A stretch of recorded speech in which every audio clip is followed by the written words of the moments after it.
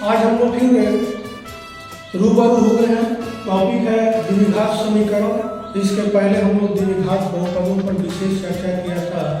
थोड़ा सा उस पर एक झलक मैं बता था कि ABC अगर कोई वास्तविक संख्याएं हो तो ax² + bx + c के रूप का कोई भी व्यंजक द्विघात बहुपद कहलाता है। और ax² + bx + c में x का वह मान जो ax² + bx + c यानी द्विघात बहुपद को शून्य के बराबर कर दे वह उसका शून्य कहलाता है। ठीक, वहीं पर हम लोग विचार करेंगे कि ax² + bx + c यानी कि द्विघात बहुपद अगर शून्य के बराबर या किसी अन्य संख्या के बराबर कर दिया जाए तो वही बहुपद द्विघात समीकरण का रूप लेगा। जैसे कि आप जानते हैं ax² + bx + c यह द्विघात बहुपद है। अगर शून्य के बराबर कर देंगे तो यही द्विघात समीकरण हो जाएगा। तो द्विघात बहुपद के लिए हम लोग x का जो वैल्यू निकालते थे शून्य कहलाता था, लेकिन वही वैल्यू यानी x का वह मान जो द्विघात बहुपद को शून्य के बराबर कर दे तो वह मान द्विघात समीकरण के लिए मूल कहलाता है, रूट्स हो जाता है।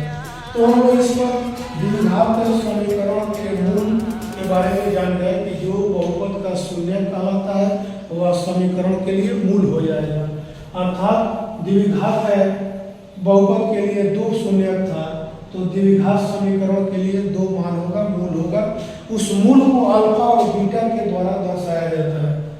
दो मूल होगा द्विघात समीकरण का, जिसे अल्फा किसी को बीटा मान सकते हैं, अल्फा बीटा किसी को माना जा सकता है। अब कह रहा है कि द्विघात समीकरण का जो मूल है वह कैसे निकाला जाएगा। जैसे कि आप द्विघात बहुपद का शून्यक निकालते थे, ठीक उसी तरह से द्विघात समीकरण का मूल निकालेंगे। तो मूल निकालने की दो विधियां आपको बताई जा रही है। एक विधि जो होता है वर्गमूल के द्वारा बाय रूट स्क्वायर रूट, और दूसरा गुणनखंड द्वारा बाय फैक्टराइजेशन कहा जाता है। तो अगर वर्गमूल और गुणनखंड विधि से दोनों से आप समीकरण का मूल निकालना सीख लेते हैं तो बहुत ही अच्छा होगा।